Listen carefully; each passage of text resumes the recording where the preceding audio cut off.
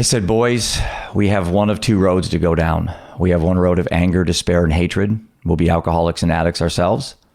Or we have a road of inspiration and motivation, and this can be the single greatest event in our lives and those around us.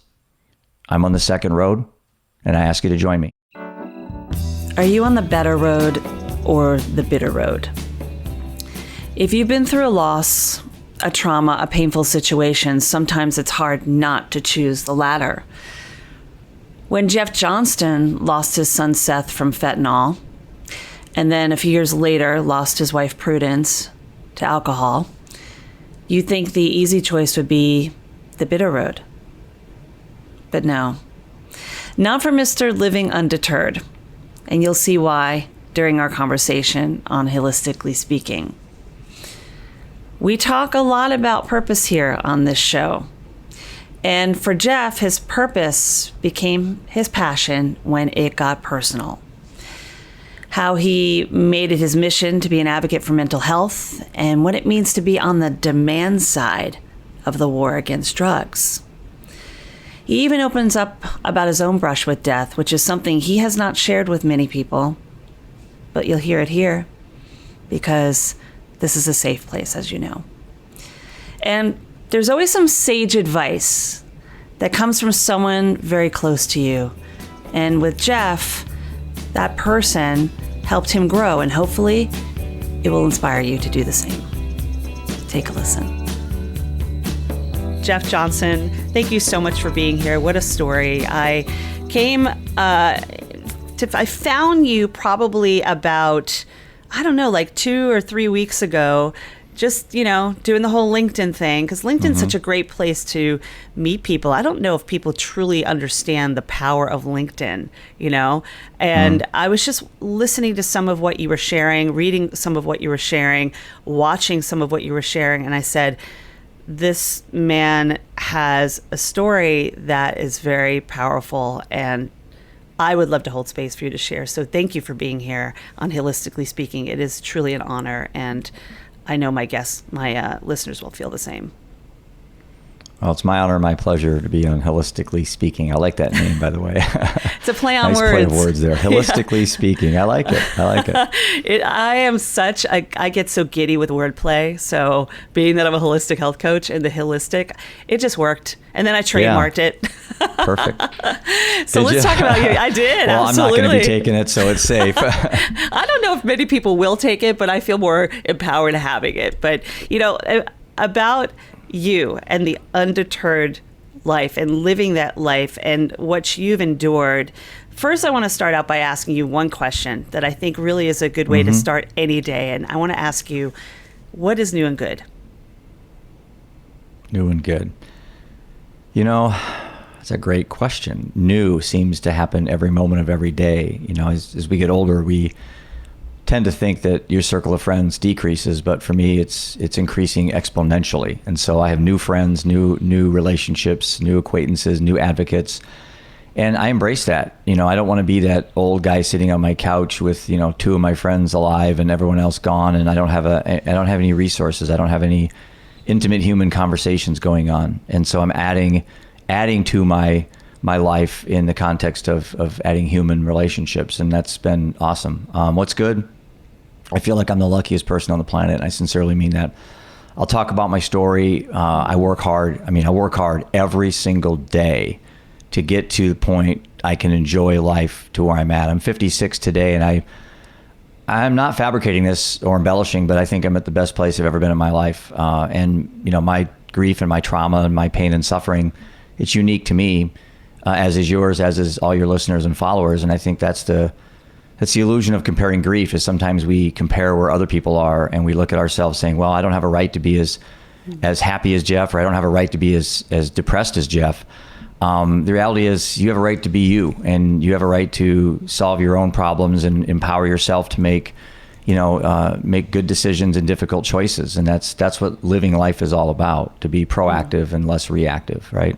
Oh, absolutely. And what a way to start this conversation, because, going into the topic of grief, which is something all too well, and then to actually be able to say, I'm at the best place I've ever been. I'm in the best place in my life after losing not only your son or one of your sons, but also your wife most recently is, I don't know if a lot of people could do that. So you're truly an inspiration when you can think about grief can cause us to think about things. Grief can cause us to open up and really dive into the questions that maybe we never thought about and answered. So we're gonna talk about that today.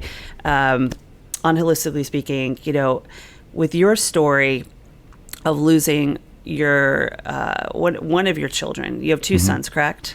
Well, Seth was our oldest. He actually in 5 days would have been 29 years old. And October 4th will be the 6th year anniversary of his death. So he died when he was 23. And then I have two younger sons. Ian is currently 21 and Roman is 19. Right. So losing a child, I couldn't even imagine. And I want to talk about that journey with losing your son, but also later we'll talk a little bit about your wife who most recently passed away. You've definitely endured that grief, and to say that you've been able to turn your traumas into triumphs, which is really the basis of this whole conversation, is something I want to dive into. So let's talk about the loss of a child if we can. Yeah, you asked me earlier what's off limits, and I said haphazardly but authentically, I'm untriggerable, but that doesn't mean I don't cry, doesn't mean I don't get sad. So I will probably lose it a few times in this conversation, like I feel like I am right now. But this, to me, part of living is crying, and that's what I'm used to doing at this point. But the weight of the tears are substantially different. They're not weighted down with sorrow and pain. They're weighted down with hope and inspiration, is the way I like to present it.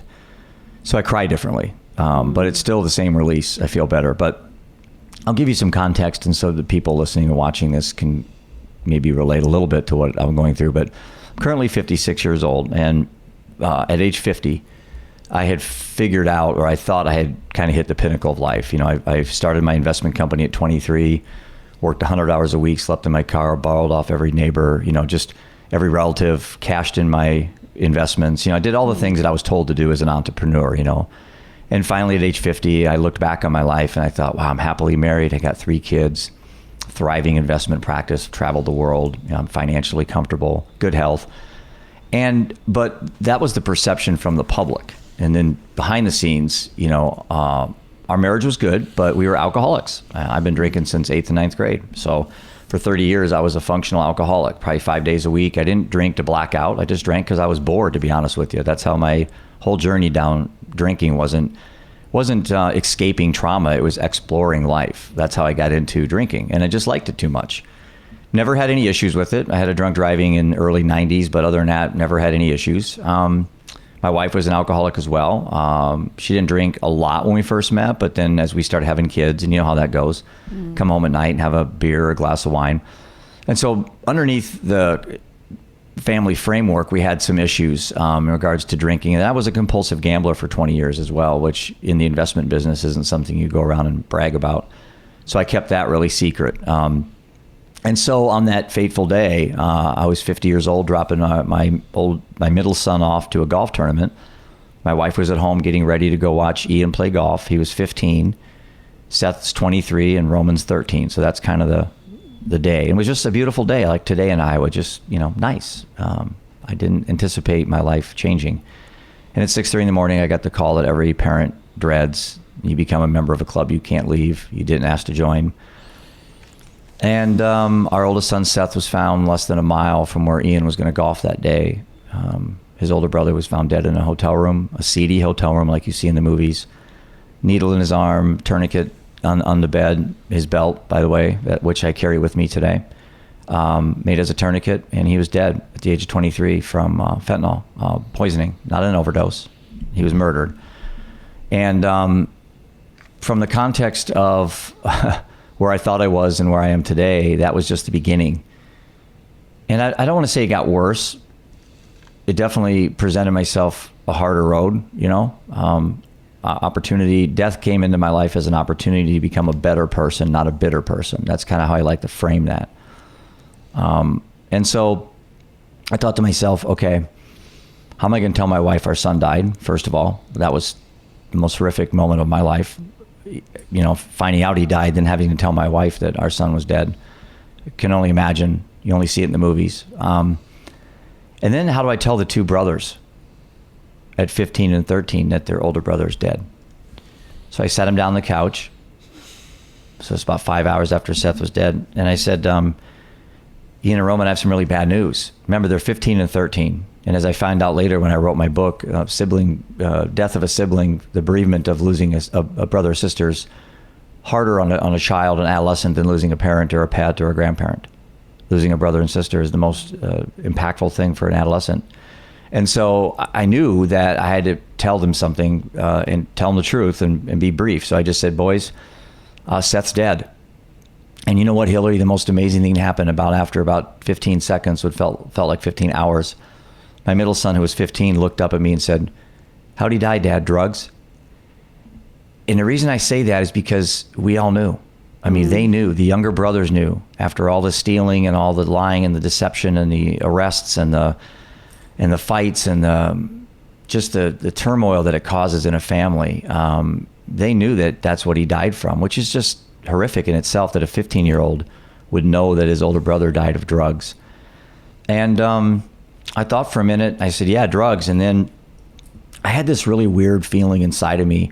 I'm an ex-athlete. I'm a competitive person by nature. I have attention deficit, so I'm really thinking forward in regards to how I frame things. And so I thought, okay, this is it, dude. When you asked your wife to marry her, you knew you were going to have life moments. You knew you were going to have these teaching moments, these dad moments, these husband moments. And this is it, dude. You get like 5 your entire lifetime. This is one of them. The next words out of my mouth will frame the quality of the rest of our life for our family. I knew I had to say something impactful. So I said this. I stood up, and it's a chapter in my book called The Two Roads, and it really is the metaphor for the better, bitter mindset that I like to show people how to live an intentional life. I said, boys, we have one of two roads to go down. We have one road of anger, despair, and hatred. We'll be alcoholics and addicts ourselves. Or we have a road of inspiration and motivation, and this can be the single greatest event in our lives and those around us. I'm on the second road, and I ask you to join me. And I kind of looked at myself after I said it, saying, dude, where'd that come from? It's like, because I didn't rehearse it. And they did. Wow, my two boys are just... I couldn't even begin to tell you how proud I am of them. They're 21 and 19 now. The things they've done to raise attention and bring attention to mental health and substance use and disorders and all that stuff is actually, I've learned more from them than they probably learned from me. But the reality, Hilary, is after my big motivational speech, my wife and I went backwards real quickly. I mean, for 14 months, I called my business partner and said, I'm not coming in for the next year. I need to figure out what I'm going to do.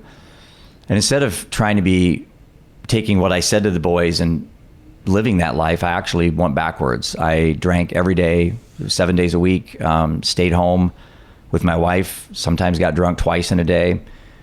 14 months went by, and I was at that point where I didn't want to live, but I didn't want to die. The ultimate purgatory. And December 24th, 2017, I woke up and looked in the mirror and said, that's it, man. You're done. And I quit drinking, never had a drop since. I never think about it. It's the easiest thing I've ever done in my life. I don't even call myself sober because that implies I'm in a fight.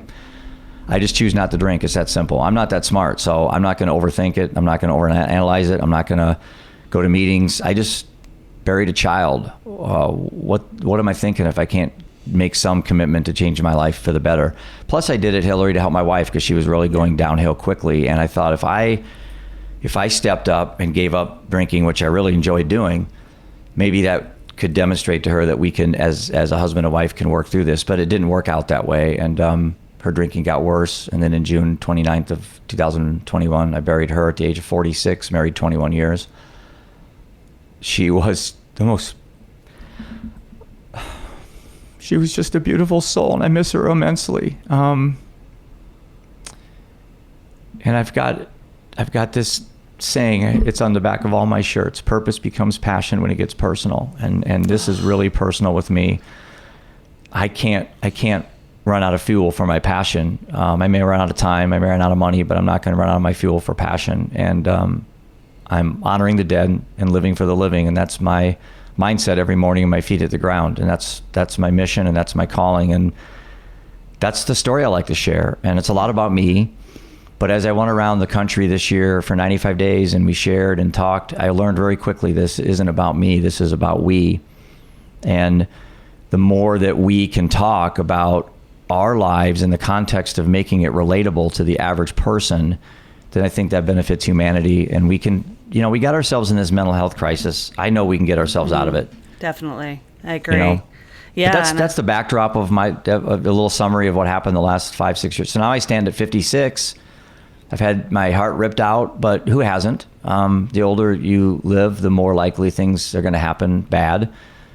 But I've developed this living undeterred mindset that I talk about. And I just want to show people that no matter what happens, you can either have the mindset things happen to you or things happen for you. And so I really believe that death happened for me as an opportunity. And I'm grateful for the years I had with my son and my wife. I miss them. But I can't bring them back, but I certainly can help other people. That's a tough place to stand at that crossroads, I can only imagine. And to be able to really be the leader of the pack in that moment where you were sitting there with your sons and your wife and have to choose, because that's something I say all the time. You choose to choose. If you don't like the choice, you can make a different choice, right? And you were really, in the most vulnerable place in that moment. And you took the most courageous step, as somebody who was, a man that your kids looked up to, your wife looked up to, and to make that courageous choice, I really commend you with that. And every day, just thinking about my own healing, thinking about the grief and the loss I've had in my life, because that's always been a difficult thing for me to embrace is loss. Mm-hmm. Is turning that around into something like you've done. And you truly are doing that every day. And it, like you said, it doesn't mean you don't hurt. And for anybody listening out there, do know that, we talk about the stages of grief. I have my own thoughts about that. Kubler-Ross's stages of grief. I remember those in college. Yep. Yeah, and I just had a long conversation about the one that's like denial. A friend of mine who recently lost somebody very close to her was talking about, how can we deny that it happened? It happened. It's not a denial, right? Mm-hmm. But we talk a lot about the stages of grief. And really, I think grief is so personal. And you really can turn that. I love the passion and purpose, because I say that a lot. Let your passion be your purpose, and one day it'll be your profession.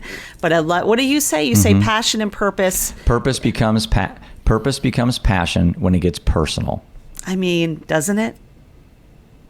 It's so true. Matter of fact, I watch documentaries all the time because we're in the middle of making our documentary on the tour that I just got done doing this summer.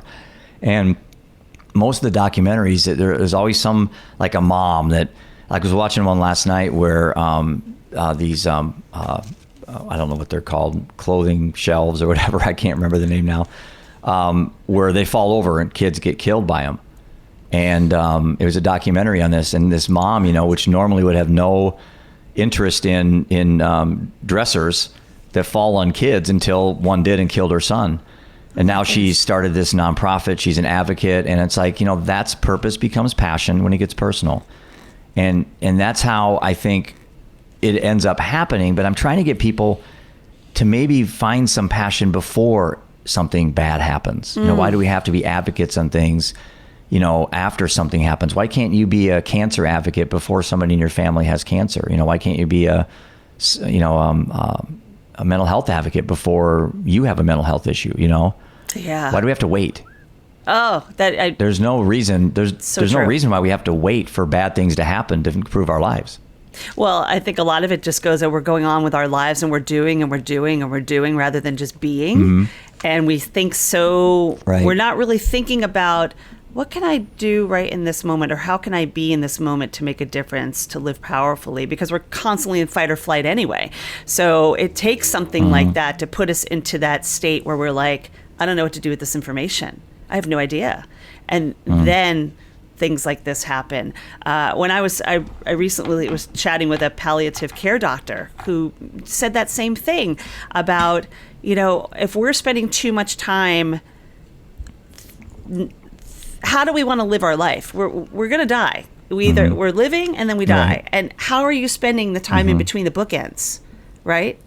And it's a powerful question to ask yourself, because we have a choice. And that gets into, you starting your nonprofit, which is the Choices Network. You want to talk a little bit about that? Yeah, actually, we just renamed it to the Living Undeterred Project. So that was that. Okay, gotcha. But the choice is still kind of out there floating around on social media, but it is the Living Undeterred Project. And that was, started by me, I think, 2 years after Seth died. So my wife was still alive. And it was to talk to adolescents and kids about making better choices under difficult situations. Choices precede consequences. And so I wanted to get them in a frame of mind where I came up with this thing called the Don't Start Initiative, with the acronym ABC. And this is all in my book. It just kind of came to me one morning when I woke up. And I tried to think of a way that when kids are in situations where somebody asks them to vape or asks them to have a beer or anything that they have to make a decision that has consequences, it could be adverse. Yeah. What are some things they could do real quickly, in their mind? And so to me, I came up with the acronym ABC. A, be aware that this is the moment that your dad, your mom, your teacher, your brothers and sisters, everyone's been telling you is going to happen. Here it is. Be hyper aware you're at that moment. And the B is the key. It's breathe. Because if you breathe through your nose, you can't talk. So if you're like me that likes to always talk, if someone says, hey, want to go have a beer? I can't talk. It's that power of pause. So kids just want to talk their way out of every problem. Yeah. Give yourself one deep breath through your nose. And then the C is choose. Make your choice. You can have that beer, or you can make an excuse. You could say. And so I'm also got a couple excuses I taught kids that they can just conveniently say real quickly, that maybe because your goal is to get out of the situation. That's your goal. And, I think I saw a statistic from NAMI yesterday that 50% of all mental illnesses, something to the effect have been started by the age of 14, or you have them by the age of 14. So, what we're doing is we're spending time talking to 17, 18, 19-year-olds, and it's too late.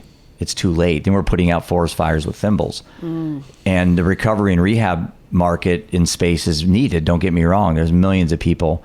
But we're missing the boat. We're really missing where we should be having our attention, and that's the prehab. That's the stages before these kids become addicts and alcoholics.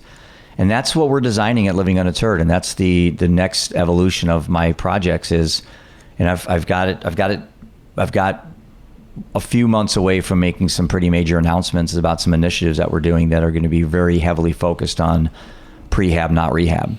I am so on this page with you, Jeff. I can't even, you're talking and I'm like trying to think of ways that I could support you on this journey, because I'm a true believer in the social emotional learning tools in schools. I mean, I'm a college professor. By the time the kids get to me, I'm thinking, what happened? Like where, how can we, did they not learn about this earlier?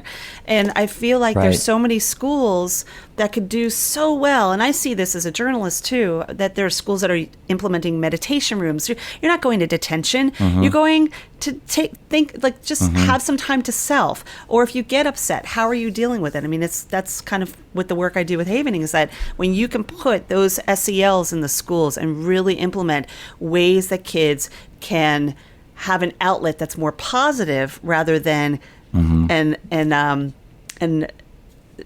something that's just taking them elsewhere to a different place, like addiction, like distractions that are not positive, that we can really create the space for well-rounded, well-adjusted, and forward-thinking adolescents that turn into mindful, beautiful adults. Right. I mean, the ABCs, I get you there, because the first step in any change is awareness.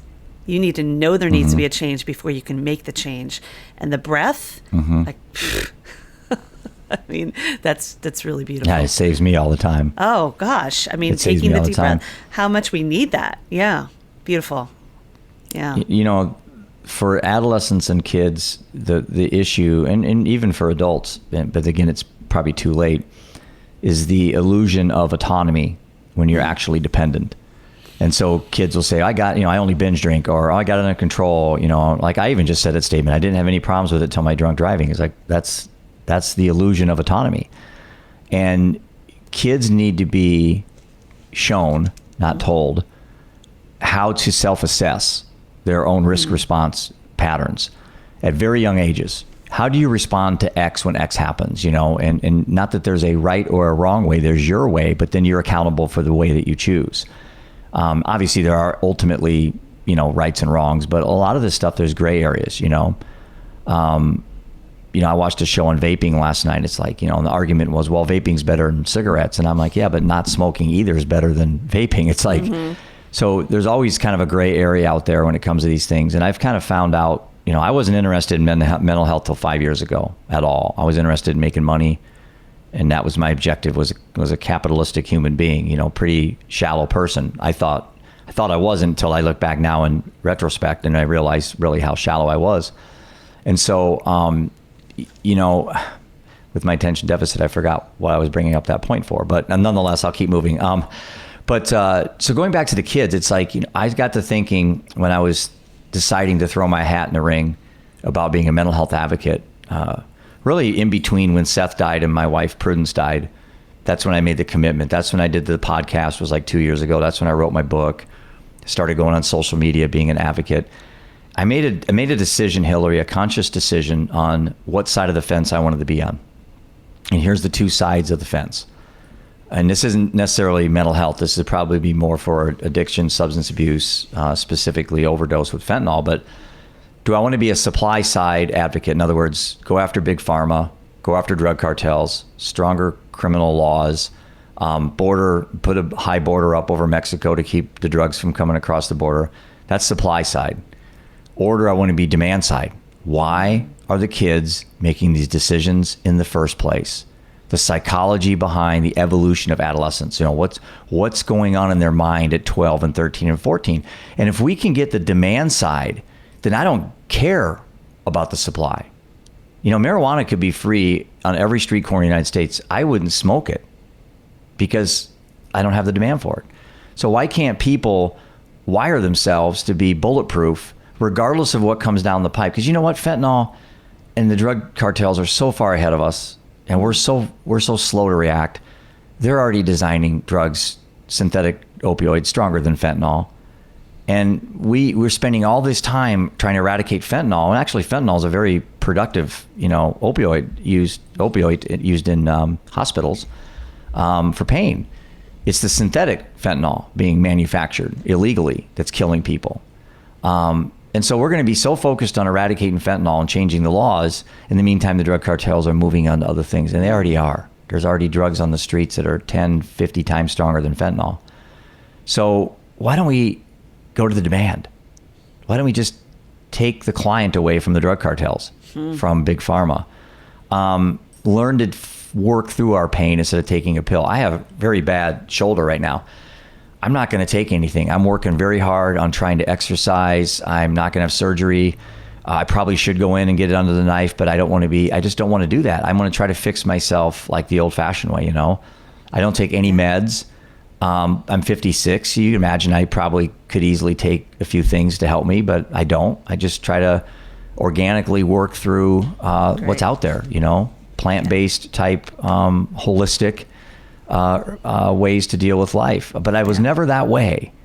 And so people may look at me and think, wow, you just happened to be that type of person before your son died. No, I really changed. I pivoted when that happened. And I got heavy into meditation, heavy into reading. I avoided all toxicity. I don't watch any TV. I haven't watched TV in years. I watch maybe Netflix documentaries, things like that. I don't follow politics. I'm agnostic. So I don't spend a lot of time worrying about what happens when I die. I just focus on what happens if I live today. That's my mindset. You know, I'm creating heaven on earth for me. I'm not waiting to die to go to heaven. So again, being agnostic has really helped me not have to have that extra baggage of feeling guilty that someone's going to send me to hell if I don't do things the right way, or trying to please somebody to go to heaven. That's not authentic.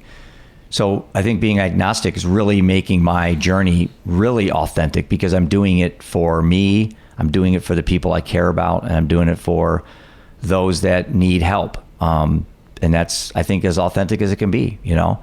Absolutely. I'm spiritual. Yeah, I'm spiritual. Yeah. And people get confused when I say I'm agnostic. Oh, you don't believe in God. Well, I don't believe in, there's 3,000 gods roughly out there. I tend not to want to jump on one of them. I get all my inspiration from inside of Jeff Johnston. I don't get it from anywhere else. And if that works for me and I'm a good human and I help people, and when I die, if there really is a God and there's a heaven, then I'll get rewarded. If there isn't, and I get sent to hell, then it's not a God I want to worship anyway. So I just kind of got myself in control of my own faculties, you know. But I'm very spiritual. I pick up litter. I'm really nice to animals. I treat old people with respect. I mean, I'm really hypersensitive in being spiritual with the earth and the universe. And I know we're all connected. I'm just not smart enough to say I know why or know how, you know? Well, we don't have to have all the answers. And that's really what all agnosticism is just you don't know. It's asking the questions. Right. It's like sometimes the answer is not having the answer. I'm the same way. I'm very spiritual. Yeah, I mean, the quest is fun. Yeah, I like the quest. That's part of it. Keep asking the questions. Keep wondering why. Keep thinking, okay, maybe I don't know why this happened, but wow, it happened. That's amazing. So it's finding joy in the now. And I mean, we hear about all this, like with Eckhart Tolle. I mean, everybody talk about the power of now. Yeah. I call it the perfect now. Yep. It's really finding the joy in the moment and not always looking outside of the moment to think about the next thing, but rather be present with what is, you know, and be. And that's those questions. I think sometimes, at least in my own experience and just with my clients, and the conversations I've had, especially here on the podcast, those questions really do come when there's a shift in our lives. Sometimes it does take that thing, that that just changing, shifting gears, pivoting, like you say, to really make us wonder. And wonder's a beautiful word when we get to wonder, because then we can make those choices. Yeah. You know? So I think the journey is more beautiful than the destination, in my opinion. Because I have no idea. I have no idea what the destination is. I'm not worried about it. When I get there, that'll be part of the journey, right? Whatever there is. So Right. You know, as a mental health advocate, I'm sure you can relate to this, but you know, you look at the biggest challenge we have with adolescents today, and it's, as Johann Hari wrote in his new book, I think it's called Stolen Focus or something to that effect, is, you know, our attention's been hijacked. And this is the issue we're having with designing, you know, platforms and programs to help adolescents, is how do we design something that's impactful but is short and specific and interesting for them. It's difficult because with TikTok and Snapchat, everything now is just literally getting down to seconds, their attention span. And so when I do my presentations, I like to, and adults are just about as bad, I will tell you. And we like to blame kids for always being on their phone, but just, I see more adults driving cars down the highway in their phones than I do kids. So, or just as many. So we can be just as bad as our kids. But if you think about it this way, and I'd be interested in your thoughts on this, what you think the solution would be. But this is a fact, and it's not something someone could argue, but we are more connected today than we've ever been as human beings in the history of human beings, hands down. I can find out the weather pretty much in any country, the stock price of any stock in any exchange in the world. I can see videos of wars going live. I can see funerals going on when the Queen died live. I mean, things that you couldn't do 50, 60, 100 years ago. Yet, I would say that we're the most disconnected with ourselves than we've ever been as human beings. So as we're adding connection, we're getting further removed from ourselves. And that's why we have this mental health crisis in this country, is that there's no connection with ourselves anymore.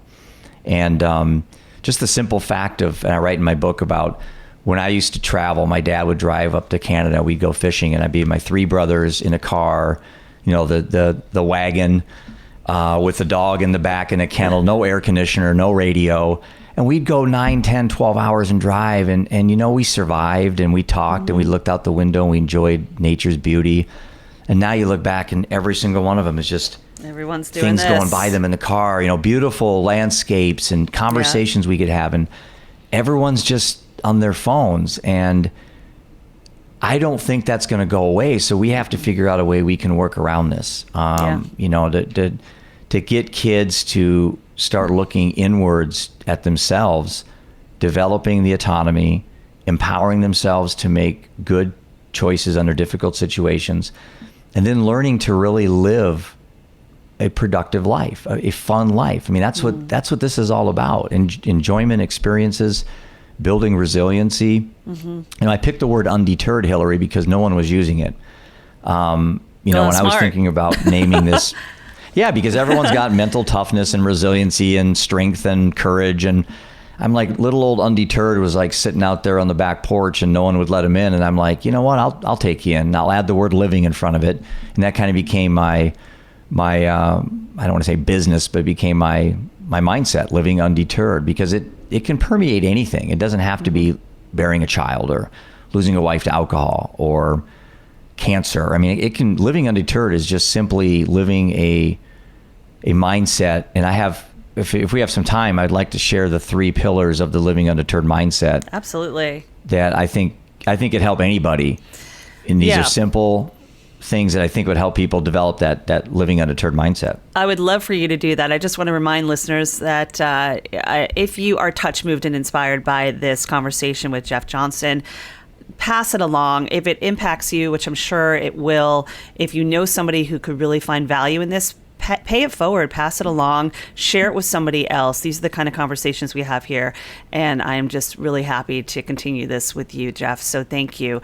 I would love to know what those 3 pillars are, and I imagine listeners will as well. So please.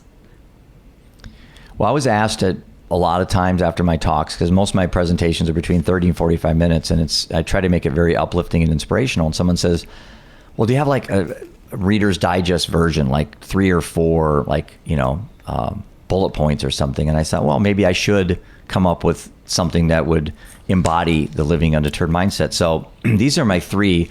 And actually, you've heard these before. This isn't anything I came up with. I just think that for me, these work really well. First one are expectations. And let's just use death as the best example. You said earlier, your own words, that we're all going to die. And you're exactly right.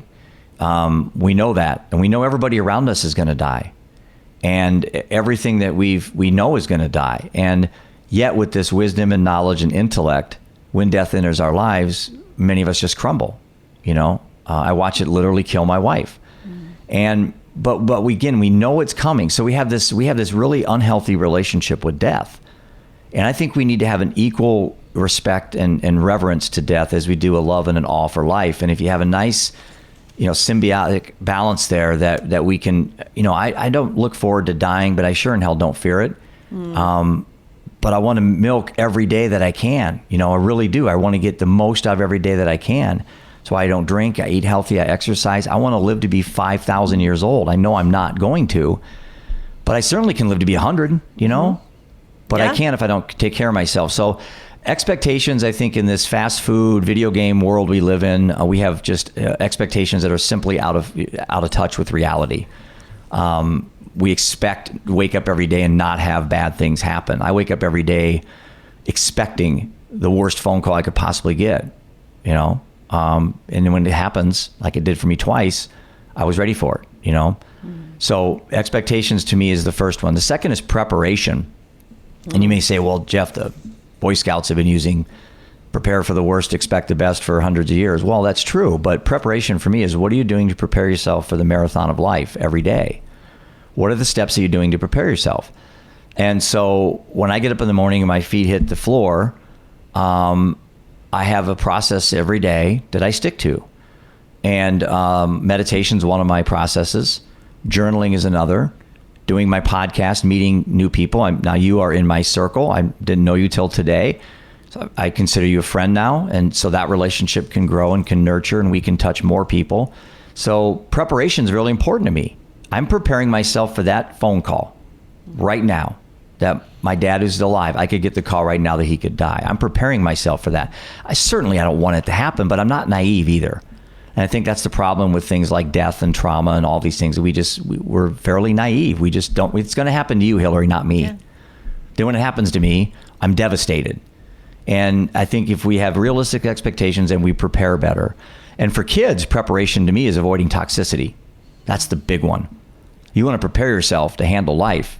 You cut out all the toxic things around you. And I mean, not just relationships, toxic thoughts, toxic habits, toxic food. Build up this resiliency inside of you that when the inevitability of bad things that happen, I'm prepared for them. I still may suffer short term, but I certainly can control it a lot better. And the third one I really struggled with is expectations and preparation. What's number 3? It's evolution. It's evolution of self. And in my book, I write a chapter called The Evolution of Self and how I've evolved as a human. And my dad used to tell me when I was younger, he said, Jeff, if you're green, you grow. If you're ripe, you rot. And that's always resonated with me. Ugh. If I'm green, I grow. So if you'd have known me 2 years ago and said, Jeff's going to be running a podcast, he's going to be recording it himself, he's going to write a book, he's going to buy an RV, drive around the United States, he's going to do all. People that knew me would say, Jeff can't change a spark plug. He can't plug in. He can't change a battery on anything, and that's what I was. But I forced myself to learn all this stuff. And that's that green is grow, ripe is rot mentality. So for me, evolution is so important that we evolve and we adapt to what life throws at us. We don't fight it. We don't try to repress it. I'm paddling against the current every day. I'm not going to fight it too much. But the reality is if we let go of the oar, we'll drift right downstream, right? So you got to keep a constant oar going in the water against the current of life. And once I let up or give up, then it just sweeps me away. And so I got this mindset of just always be learning. But those are the three pillars, expectation, preparation, and evolution. And real quickly, I don't share this a lot. I've been pretty selective on my timing of bringing this up, but this will probably really surprise you. But I had my first brush with suicidal ideation over Christmas. This past Christmas. Yeah. Yeah. Mr. Living Undeterred. I considered ending my life over Christmas. When my wife died, there was 7 boxes in my living room that I kept walking by. And finally, after about 6 months, I realized I had to move the boxes. So I was intrigued. What's in them? I haven't looked at them in years.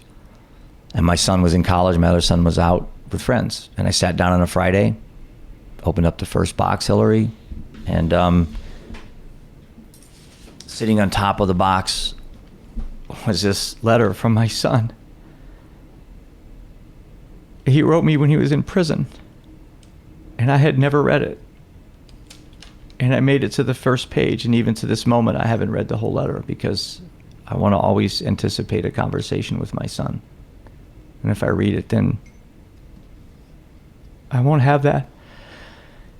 And I made it through the first page, and I went from Mr. Living Undeterred to knowing it would take me about 7.5 seconds to get to my safe and get my Beretta out and to end my life. It was that fast, and it was terrifying because I didn't have those thoughts when he died.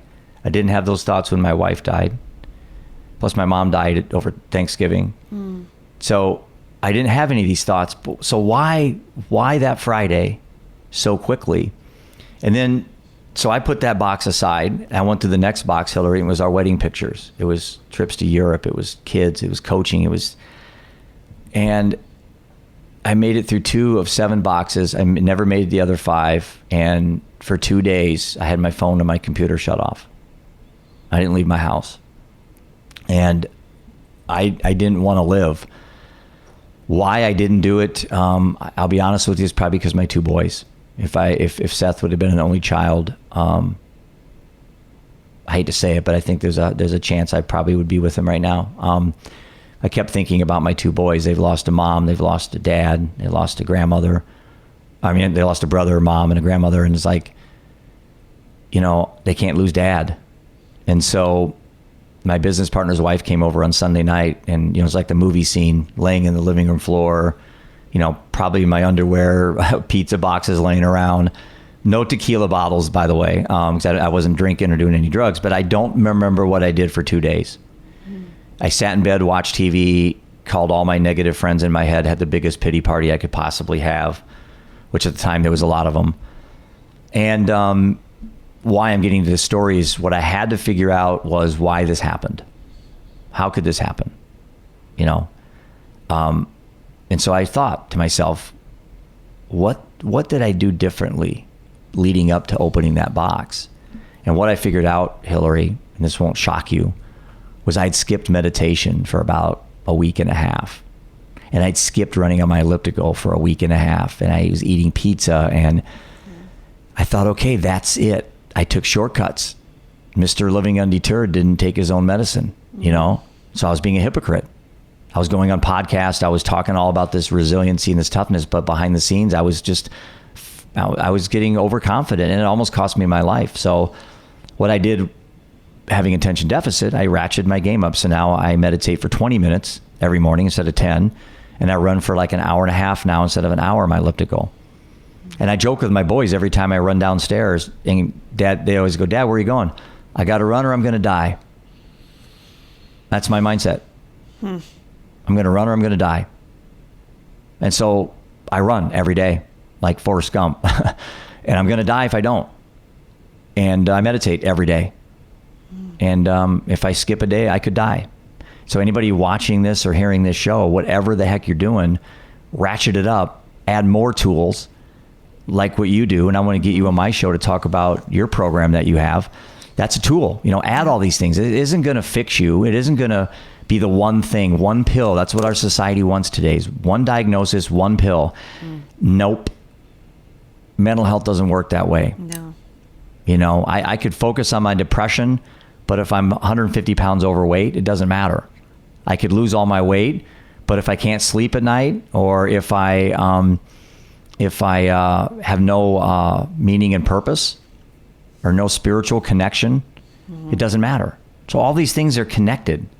And I think in our society, we're just too focused on focusing on one thing. And I call it the mental health whack-a-mole game. Is every time we hit one thing, something else pops up. That's what it is. It's insane. Yeah. I don't want to say insane. That's a bad word to use in the mental health space, but it's unfortunate that that's what our society's kind of come to, is this quick fix stuff. I spend a minimum of 2 to 3 hours per day on self-care. Oh, good for you. Per day. Good for you. It's so important, beyond important. There's a study that I read a while ago after reading the book, The Happiness Advantage, Sean Aker, who was a Harvard researcher, that he talks about the first 2 minutes of your day, the first 2 minutes, before you even do your 20-minute meditation or your hour and a half run. Those first 2 minutes are so valuable, because 27% in this study that did 2 minutes of gratitude, which is a big part of my pillars, and I'm sure yours as well. 2 minutes of gratitude, 2 minutes of like something joyful, happy, whether it is meditation, whatever it is, compared to grabbing your phone, turning on the TV, reading the news, going in a negative thought space, could create 6 to 8 hours later, there's a 27% more likelihood you're going to have a happy day. I will take that 27% any day. Easily. And we can, our brain is conditioned to go to the negative. Fear the tiger, don't die, saber-toothed tigers around the corner, fight or flight. And we have a responsibility to ourselves first, before anyone else, before your kids, before anyone, to take care of this vehicle before we can possibly put ourselves on this planet and take care of others. At least in a healthier way. I'm so happy you said that. At least in a healthier way. Yeah. And we need those tools. I'm so happy you said that, because I was in a discussion group with, it was mostly moms at this point, that had lost children.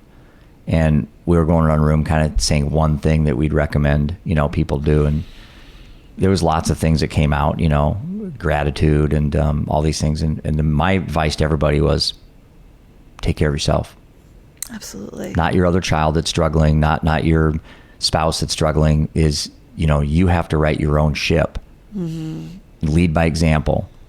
And they are probably going to do that with or without you writing your own ship. So you might as well just write your own ship. And that's what I found out with a lot of parents that have kids that are struggling with addiction and substance abuse is they think they can fix them. They think they can. And what ends up happening, unfortunately, is you end up becoming an enabler where you actually can make it worse.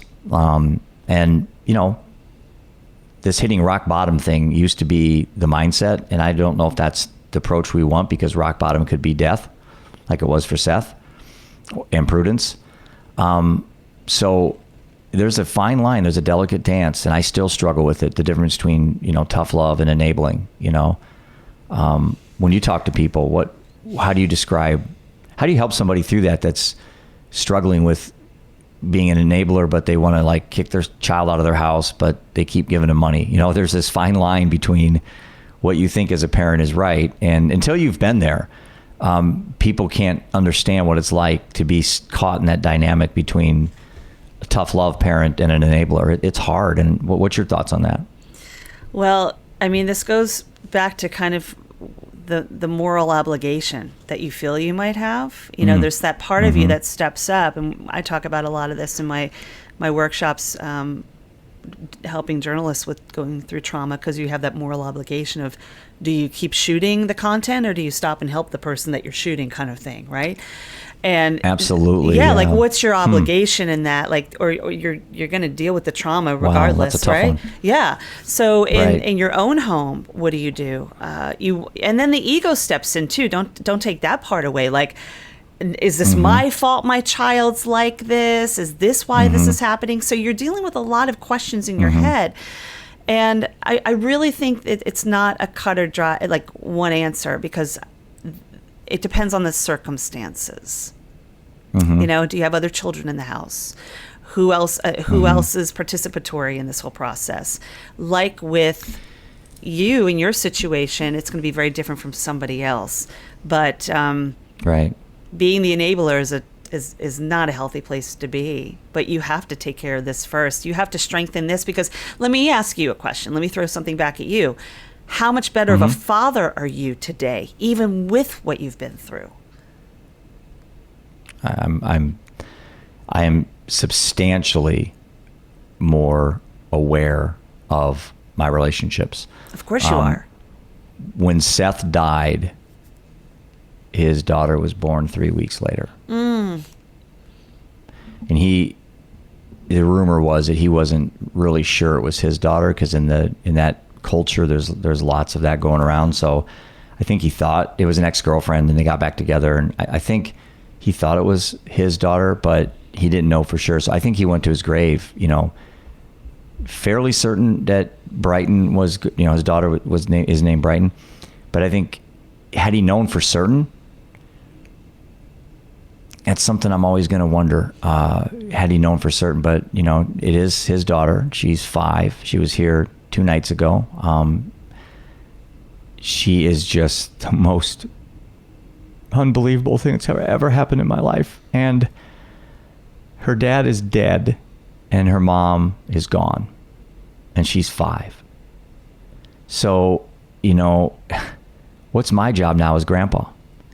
Well, my job as grandpa is to make sure that she knows her dad. And I mean knows her dad. And I'm not talking about just all the great things, but she's only 5. And so I don't present anything other than, I always say, "Where's your dad today?" And she say, "He's in my heart." And then I have some cologne of Seth's that every day she comes over, she comes to me and she says, "Hey Daddy, I want to smell like," or "Hey Grandpa, I want to smell like Daddy." So we pick out which cologne, and then she puts it on her wrist and puts it on her neck, and she goes to school, and teachers probably think this is, I can't believe they're putting cologne. They don't understand. I really don't care. But she smells like her dad all day. And I think Seth would have been an unbelievable dad. I know he would have been. And, but I want to make sure that Brighton knows the choices he made. and understands the ramifications. And I know there's going to be people in these situations that says, oh, you know, you don't need to do that. But that's how we break cycles. Mm-hmm. That's how we break this family dynamic of kids following their parents down these roads. So I wrote my book 2 years ago. It got published, and on the first sentence it says, you know, to Seth, Ian, Roman, Prudence, and Brighton. That's the only time I talk about Brighton, because and the book really is a memoir about our family story and about Seth and all the great things he did growing up. And I want her to know both sides of her dad, because she's going to ask questions when she gets older, and then adults lie to kids to protect them. But protect them from what? What? Mm-hmm. I think what happens is you protect them, then they find out the truth, and then they're mad at you even more than if you just would have told them the truth. It's like the lie becomes worse than the crime. Why don't we just tell kids the truth? But we got to time it at a right age. And I'm sprinkling it in. So we talk about Seth constantly when she's here. I show pictures. I talk about things. I want him to be alive for her so she can live a life for him, not from him, you know, run from him, you know, to live a life of anger and pain. It doesn't have to be that way. It doesn't have to be that way. You don't have any daughters. I don't. But man, my wife would have just loved Brighton. My wife always wanted to spoil a princess, you know. She had 3 boys. I always joked at her, that she was like cursed to have 3 boys, you know, but she did a great job raising 3 boys. But yeah, if Brighton would have been our child, I mean, man, my wife, that would have been such a great thing to watch my wife raise a daughter. But yeah, so now I have a granddaughter. So the other day I had to learn how to put ponytail in. Okay. I'd never done it before, getting her ready to go to school, because I'd never done that either. And I put a post on social media because I did a ponytail, and I called it braids because I didn't know there was a difference. And I got corrected very quickly by a lot of moms out there. Well, Jeff, it's great you did a ponytail, but by the way, that's not a braid. And I'm like, oh shoot, okay, there's a difference.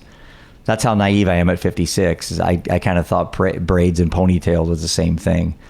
So I'm learning as a dad, and now I got to learn how to do braids. So again, these are all opportunities. They're all opportunities. And I see Brighton and I just smile. So I know a lot of people look at a child like that and all of a sudden go into grief mode. I'm just filled with love and joy when I see her. I'm so proud of Seth for being her dad, and I'm proud of her of being my granddaughter, and that's how I roll, you know? I mean, just imagine the amazing things she's going to do with such a strong container of men around her. You, your boys. I mean, it's that masculine energy that she's going to need, having that strong superior man container, and be able to show up in the feminine, but also have her own masculine energy as well, feeling those pieces of her dad. Right. So she could and probably will be the most balanced child out there. So I hate to say it's like your science project, but it's kind of like you have this new little, like, gorgeous little spiritual Play-Doh that you get to be such an integral part of her life in a way that you weren't with your 3 boys, in a different way. And I know that you're showing up very well. I mean, in the most beautiful way for your kids, because I've watched a number of the videos. I saw the whole thing about the golf with your I think, was it your middle son? Yeah. How he's like, yeah, I mean, Ian. I was just like, yeah, I mean, Ian's journey and just how everybody's finding their own way of healing. And this child has never known loss personally, but knows loss while she was in the womb. And she could be so much more advanced and really a true crusader and warrior on this journey that you don't even know yet. And that's a good perspective, because I told Roman and Ian, I think it was about a year after Seth died, I said, you know, boys, this is your competitive advantage you have over your peer group. You've been through something that 99% of your peer group hasn't been through. So instead of using that as a crutch or as a reason why you self-destruct, now this is a competitive advantage. And then you lose your mom on top of it, man. You guys have been through more than any of your friends. So what does that mean? One, don't rub it in their face like asking for sympathy and pity all the time. show strength, that you can live a very intentional life, and your friends will then look up to you from that standpoint. Not you lecturing about, oh, I lost my brother. You don't understand what I'm going through. You're right, they don't. They never will until they lose a brother. And you don't want them to. So those statements that kids use as they get older are starting to use these things as crutches and excuses and reasons why they destroy their lives. I said, boys, you guys, death has given you guys a competitive advantage now over your peer group. You're going to apply for that job and get rejected, and you're going to laugh. A girl's going to break up with you, or in case my youngest son's gay, he's 19 and came out 2 years ago. So his boyfriend breaks up with him, and you're going to say, well, I handled death. I can handle anything. I lost my brother, I lost my mom. I can handle anything. So that's the mindset I'm trying to tell the boys is carry this with you, let it push you through life. But certainly don't use it as a reason to unwind. Use it if anything. The antithesis is that you've been through the worst possible thing, and look where you are today. So, and your friends will feed off of that. They'll see how you react. So when they have something traumatic happen, they can say, well, I don't want to compete with what Roman went through, but Roman's normal. How'd he do it? And so we all learn off each other. I learn off my kids every day. As a parent, that's something we don't normally look at that way angle because we think that they're learning from us all the time.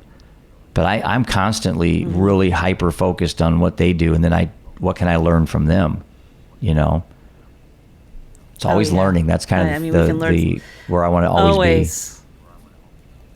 I think I have a t-shirt that I love wearing, especially when I'm working out. It says work in progress. Like it should come with a hard hat. Because I feel like that's true, really what life is about. I mean, we never stop learning. Why would you want to stop learning? I mean, what is that? What happens then? You're just twiddling your thumbs watching Netflix? I mean, there's always something new and beautiful out there to experience and learn about, and bring that into your presence and figure out how can this be a lesson, and it's there's just so much. I used this quote recently. It might have been the podcast episode I did on my own, but Eckhart Tolle, in his book A New Earth, he said, life will give you whatever experience is most helpful for the evolution of your consciousness. I like that. How do you know that's that so it's true? And this is where I paraphrased it a little bit because I forget this part. That part I remember. But how do you know it's the experience you're supposed to have? Basically, because you're having it right now. Mm-hmm. I mean, that's basically what he's saying. So we question so much, but just be, right? Just be. Yeah, we can still grow. So you have... Yeah. This is such a great conversation. I'm loving every moment of this. And I can't wait to see what happens with Brighton and your boys. And I guess one of my questions is, since the passing of Prudence is fairly recent, and I would like to know what is next for you in these moments. Like where do you see yourself going from here? You just did this 95-day trip across the country, which, by the way, love the idea of RV tripping. So much fun, but with a mission, which makes it even more. What is next for you, and how do you pay tribute to Prudence and to Seth? We are designing an online mental health planning service for adolescents that will crush the numbers. That's my objective. It's fact data based. It's going to be social proofed. It's going to be presented to adolescents by adolescents, and it's going to be interactive. It's going to be short and simple.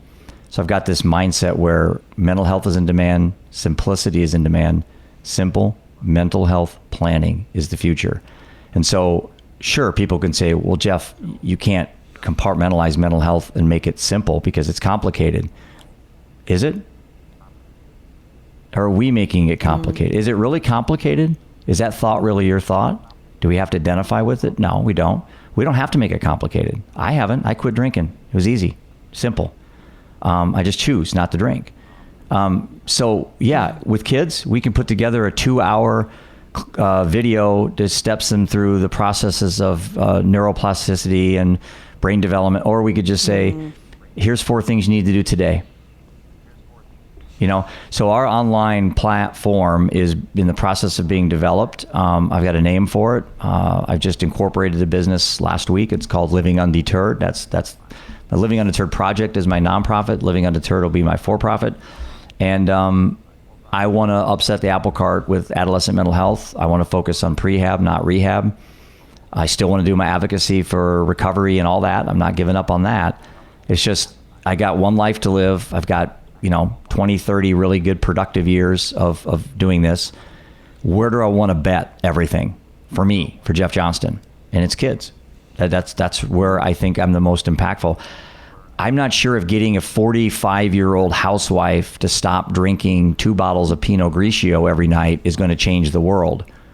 But I think getting a whole generation of kids to learn to empower themselves, to understand the difference between autonomy and dependency, to make better choices in difficult situations, I think we can move the narrative. I think we can move the needle and change the narrative.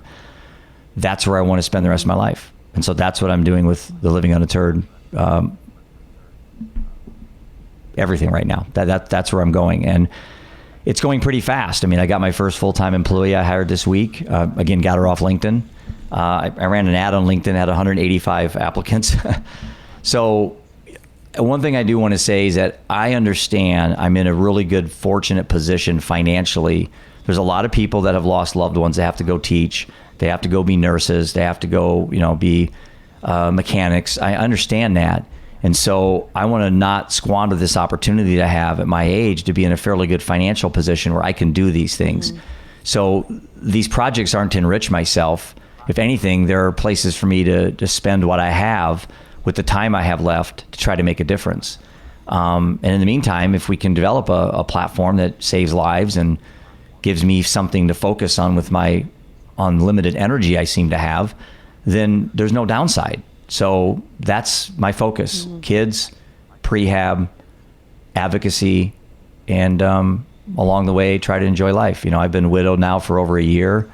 I've been pretty comfortable with building up myself. And so people ask, are you dating or anything? No, I just don't think I'd be a good catch for anybody right now. I'm too focused on my passion and my purpose. I think I'd have a hard time committing to a relationship right now. So my relationship is my boys and my dad, and that's right now, but I don't want to be alone the rest of my life either, Mm-hmm.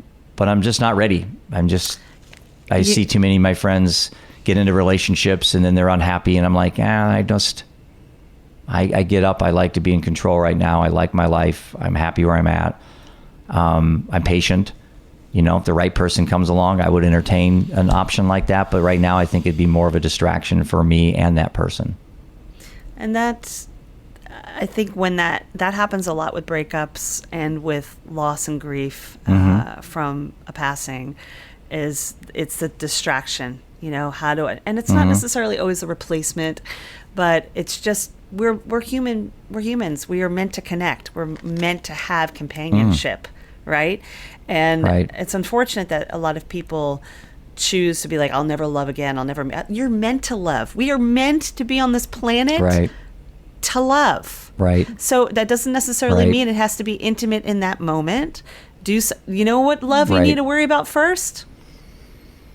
This one. Self-love. Yeah. If you're not doing that, how can you supply anything for anyone else, right? So I think that's, you're going to know when it's right.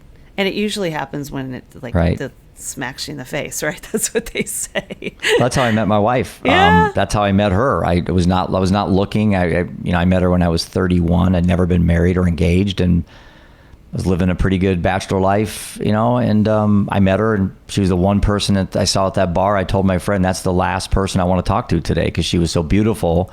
I just didn't think I could ever have an opportunity to be with someone like that. She was 9 years younger than me and gorgeous. And I'm like, and then ended up within a week, we were dating, and that's how we fell in love. And it's like, so yeah, you're right. I mean, I don't like being alone, but I think right now, if I tried to get into something, and I say tried, like if I forced it just wouldn't be good for me or that person. So right now I have enough on my plate. I'm in love with my life right now. And but I certainly don't want to be alone my whole life. That's not anything I envisioned. And that, like you said, nobody wants to do that, anyone out there that's alone right now, just be patient. Don't try to fill a void that you have with something that you can't initially fill yourself. Work on filling that void yourself, and then there'll be a little bit left that some other person can fill. But if you get into something too quick after being widowed or widower or divorce or whatever, I'm just not sure that's productive. Maybe it is for some people, but it certainly isn't for me. It took a number of years before I started dating again after my divorce, and it was a hard one, and in a lot of ways that's a death too. And just start, and I'm still kind of like cautiously optimistic with what's out there, but I feel like when I have those moments, you more than me right now. I have to use that term because I think I'm meant to love. I know that. I know I have a gift of love to share, and I love doing that in many ways. But I think you just know when you know. And in this time, in this life, like with you just like work on yourself, share the parts of yourself that you want to share, be authentic, be true to who you are, be transparent, and you're going to align with the right energy when it's the right time. You could already know the person, you just never know. Right. And that's really the beauty. Oh, I know. You know, you just never know. So, and I imagine if Prudence is as wonderful and you saw her across the room and felt that energy then, and she was so integral and part of raising 3 beautiful sons, she would want that for you. And you probably know that. No, I'm certain. And I always joked. I always said, honey, if I die first, just take a week before you get into a relationship. Give some time to grieve me. Don't go back to the bar yet. So beautiful. Yeah, she was so beautiful. I said she would have no problem having somebody pretty quickly. But we joked about it, and I know she certainly doesn't want me to to be an old lonely man. Even though I'm really not at this point, but there are Christmas gets hard, Valentine's, when I see posts of people and all their anniversaries. I mean, what I do, my approach is, I comment, I say congratulations, and I instead of me sitting around feeling sorry for myself, I try to pay it forward by complimenting them and but really authentically being happy for them, which we learn in meditation when we pick out a person in our head and we wish good things on them. Send out the love and light. It's part of the mindfulness meditation. I love that. It's like, or think of somebody you're not really a fan of and wish them good luck today. Genuinely be happy if someone gets the job raise that you didn't get. And so when I'm in a situation where I see somebody on LinkedIn that gets something and I'm like, I think maybe I would have been good at that. Now I don't have that feeling. I think I'm so happy for Hilary. She got Podcast of the Year award. I'm going to send her some flowers, And that mindset is helpful for me, instead of always getting on social media and seeing somebody doing something better than me. And I think that again, through meditation, which I had never done before until Seth died. And meditation is like a chapter in my book. It's like the glue that I think really has saved my life. Yeah. I really do. I think meditation, I subscribe a lot to where I'm at because of meditation. And meditation doesn't have to be sitting with your legs crossed with your the namaste. I mean, meditation is just being present and allowing. It's so different to different people. So I would love to just remind folks out there, and even I think most of my listeners probably know this, but just if there is a new person coming on and hears this because they're interested in the topic, give yourself just time to be. Just be present for 2 minutes. Do nothing before you put your feet on the floor. You meditate when you're walking, just like all the time. We're meditating 100 I do it in podcasts times a day. Talking with you, I will slow my brain down and think about something, I had a friend of mine tried meditation. He quit. And I said, "Why'd you quit?" And he said, "Nothing happened. I couldn't get my mind to stop thinking." Then you meditated. And I said, the number one thing I would give any of your listeners, Hilary, the advice I would give is go into meditation with zero expectations. I mean, literally zero. Don't expect anything. Don't expect nothing. Just close your eyes. I do guided because with attention deficit, it helps me kind of go back to my breathing. And if I just sat there and listened to waterfalls or something, I would be probably too tempted to wander. But through guided, and I use Sam Harris's Waking Up app, by the way, which I really like. But through guided meditation, it just allows me to the greatest lesson I could say is the ability to not identify with thoughts. To have a thought of grief come into my head. And I can say to myself, you know what? I can choose not to identify with this thought. I could let it just die. The concept of impermanence, that everything dies. Mm-hmm. Well, so do your thoughts. The worst thoughts you've ever had die. So I just got to be patient, be aware, almost wave at it. Hey, see you later, grief, and just learn to not control my thoughts. It's just the counter opposite of that. You're just being aware of your thoughts to the point where you just kind of, I don't know where they come from. I don't know where they go, but I know they come from somewhere and I know they go somewhere. But it's like my agnosticism with God. It's like, I don't know where I come from. I don't know where I go, but I'm just aware of living in the moment, It's the same thing with meditation. So true. And I did a video, like a short reel a couple months ago on we have 50 to 75,000 thoughts a day. So it's really up to us to choose wisely, right?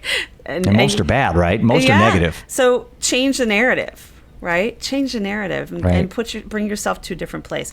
Okay, listen, I could talk to you for hours, but I want to shift gears real quick as we close this out, and I want to play a little game that I do with my guests. This is basically a rapid fire. No. The rapid fire game. My listeners love to hear what my guests come back with. I'm just going to throw out a word. So there's no right or wrong, right? No, this is just word association. So I write down words that you say during the conversation. Oh, no. Oh, burr, burr, burr. And then you just kind of have to just come back with the first word that comes to mind. That's it. Don't think too much about it. Don't think too much about it. Okay? Right? I'm going to be aware. I'm going to watch this happen. No expectations. Don't prepare. That's right. Allow yourself to evolve. Okay, here we go. Yes, perfect. I love it. So I'm going to start out with the first word that just totally caught my attention when we were chit-chatting before I pressed record. Untriggerable. Just one word, come back with. Faith. Money. Time. Choices. Consequences. Alcoholism. Choice. Connection. Vulnerability. Undeterred. Living. Grief.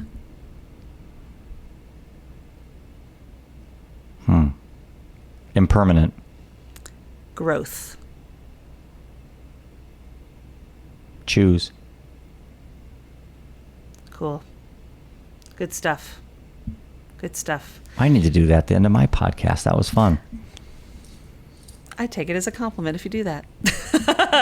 Yeah, it is fun. I'll get you on my show, and then I'll reverse this whole thing towards you. I love games. Games are fun. Honestly, I'd like to extend the offer. My people that follow what I do would be honored to see. And again, I want to find out more about this havening technique I think you talked about, which really piqued my interest. And I know we've been on here for a while, but certainly when you're on my show, let's spend some time, deep dive, why that works, how it works, kind of ways that we can start adding this to be an arrow in our mental health quiver, right? I am a warrior of wellness in this area. It is something that one of the doctors of the modality said that I'm a pioneer. And when I heard that, I was like, well, now I have a responsibility, right? He said, you're a pioneer on this journey. Right. And to me, I take that very seriously. Right. And I remember one of my coaches saying to me once, he said, if you don't do what you're doing, you're not providing service, you're providing a disservice. And I'm like, I don't want that on my shoulders. But it comes so authentically for me that I not to turn this around about me, but I gladly accept with honor. I would be happy to be on your podcast, and I'm gonna share so much about that in the podcast links on the podcast page about your podcast, about everything you're doing with the Living Undeterred, what's next, what's coming up. You'll have every way of finding out about Jeff. And with one final question I have for you, what would be something you'd like to leave with listeners? I would like to tell your listeners that, and this is a quote that I use a lot when I talk, two things actually. Pain is unavoidable, but suffering is a choice. And that's a spin off Viktor Frankl's Suffering is My Opportunity in Man's Search for Meaning. And then the last thing I would say is, do things happen to you or do things happen for you? Are you a victim or a victor? Are you on the better road or the bitter road? So it's choice again. You choose which road you're on. Life will guide you a little bit, but ultimately it's your choice. You choose to choose. Yeah. Mm-hmm. Ugh. Anytime we throw out a Viktor Frankl quote, I'm always like, I love that book. I know where we're Best going with book that I ever one. read. Seriously. I mean, it makes you think. Should be mandatory reading for everybody in like junior high or maybe a little older so they can understand the severity of the Holocaust, but certainly a very impactful book for me. Yeah, especially as we are seeing less and less survivors left on the planet. Like, these stories continue. They have to be told. They have to be told. Right. We can't forget that. We can't forget. Or history repeats itself, right? So thank you for sharing. Thank you for being, and thank you for allowing. And hey, thanks for being untriggerable. Hope you start using that frame, that word I love now. that. But I need to be cautious. I know a lot of people aren't though, and I just think vulnerability and connection are ways we can get out of this mess. And we dance around trying not to hurt people's feelings all the time. But if we build up more resiliency, then people can't hurt your feelings. And you got to meet people where they're at, but also if people are coming to see you or listening or tuning in, it's also being aware that this is who I am. And you came here because something in you said, I need to be here. So you know what? The biggest changes happen when you're standing in the tension. You either have the ability to dive. You can either dive through the wave, stand there and get hit by the wave, or try to go over it. Good luck with that. So stand in the tension, make the choices. And great. Thank you so much, Jeff. I appreciate it. My pleasure. I enjoyed it very much. So which road will you choose? To choose the one that Jeff is on and to start living undeterred in your own life, you can connect with him by visiting his website, livingundeterred.org, or any of his social media. I'll be sure to share that on the podcast page. And you've heard us talk a little bit about havening techniques in this episode today, and of course, many episodes, but I'll be sharing more about that on Jeff's podcast very soon. But if you're interested in putting the power of active emotional well-being in your own hands to heal your upsets, heal your traumas, and turn them into triumphs, you can schedule a call with me personally, and we'll hug it out together. The link is on the podcast page. To work with me, you can also visit my website, hilaryrusso.com/havening. And we are just one episode away from that 100. And as I mentioned last week, this is your chance to ask me questions. So whether it's advice that you seek, or you're curious about guests or episodes or anything, nothing's off limits. This is really your chance to be the producer and let me know what you have on your mind. Get to know me a little better. And this is also a thank you for saying thanks for helping us make it to 100. So just drop me a question at holisticallyspeaking@gmail.com, or you can hit me up on any social media at Hilary Russo. If your question is answered, you are in for a treat. Holistically Speaking is edited and produced by T Market Media, music by Lipone Redding, and of course recorded on Squadcast. And I leave you with this. You have the ability to choose the road you want to take. So choose wisely, because you're needed and you are loved. And as always, be kind to your mind and don't forget to laugh.